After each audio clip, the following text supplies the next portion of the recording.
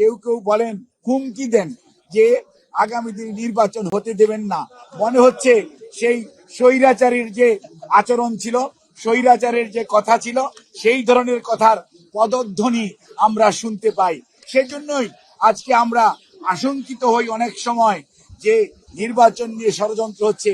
কেউ কেউ বলার চেষ্টা করেন, প্রধান উপদেষ্টা মহোদয় তো প্রধান নির্বাচন কমিশনার ও নির্বাচন কমিশনকে বলে দিয়েছেন ফেব্রুয়ারির মধ্যভাগের মধ্যে নির্বাচন সম্পন্ন করতে। আর যখন আমরা শুনতে পাই সরকারের একটি অংশ এখনো যারা সরকারের সাথে সম্পৃক্ত আছেন, সেই অংশের পক্ষ থেকে কেউ কেউ যখন বলেন নির্বাচন এটা না করলে হতে দিব না, ওটা না করলে হতে দিব না, আবার গণতন্ত্রের কথা বলবেন। এই দেশের মানুষ গণতন্ত্রগামী মানুষ। এই দেশের মানুষ জানতে চায় তার প্রতিনিধি কে, তাদেরকে সরাসরি দেখতে চায়।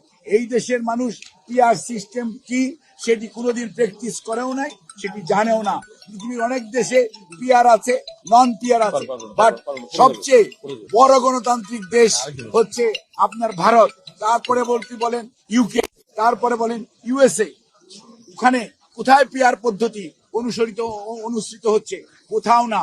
কাজেই মনে রাখতে হবে, জনগণ তার প্রতিনিধিকে সরাসরি দেখতে চায়, নির্বাচিত করতে চায়, দায়বদ্ধ করতে চায় এবং তাকে জবাবদিহিতার আওতায় আনতে চায়। কাজেই কোনো অবস্থাতেই যারা পেছনের দরজা দিয়ে ক্ষমতার স্বাদ গ্রহণ করার জন্য চিন্তা ভাবনা করছেন, তারাই হয়তো পিআর পদ্ধতির কথা বলে থাকেন। কিন্তু যারা আজকে ধমক দেন নির্বাচন হতে দিবেন না, তারা কি ভেবে দেখেছেন জনগণ কি এটা চায়? জনসমর্থন কি এটাতে আছে?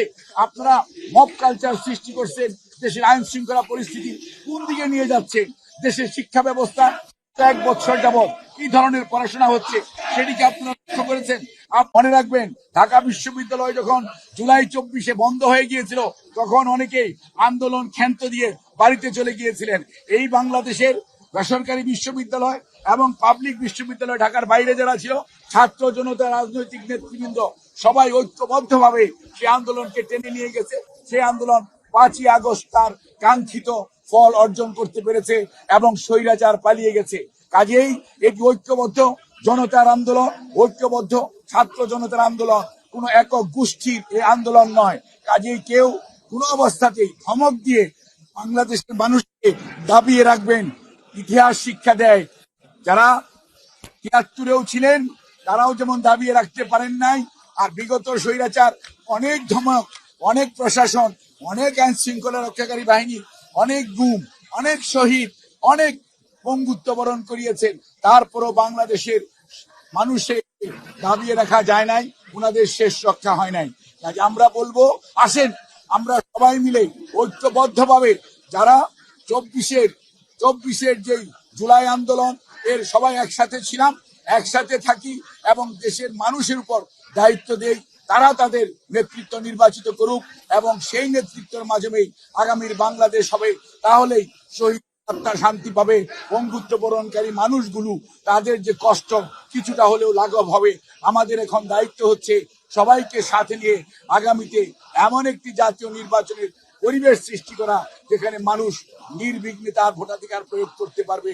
জনগণ বেছে নেবে তার প্রতিনিধি কে হবে। আমি আহ্বান জানাবো, আপনাদের কর্মসূচি নিয়ে মাঠে থাকেন, ধমক দিয়ে থামিয়ে রাখা যাবে না নির্বাচনী অভিযাত্রাকে।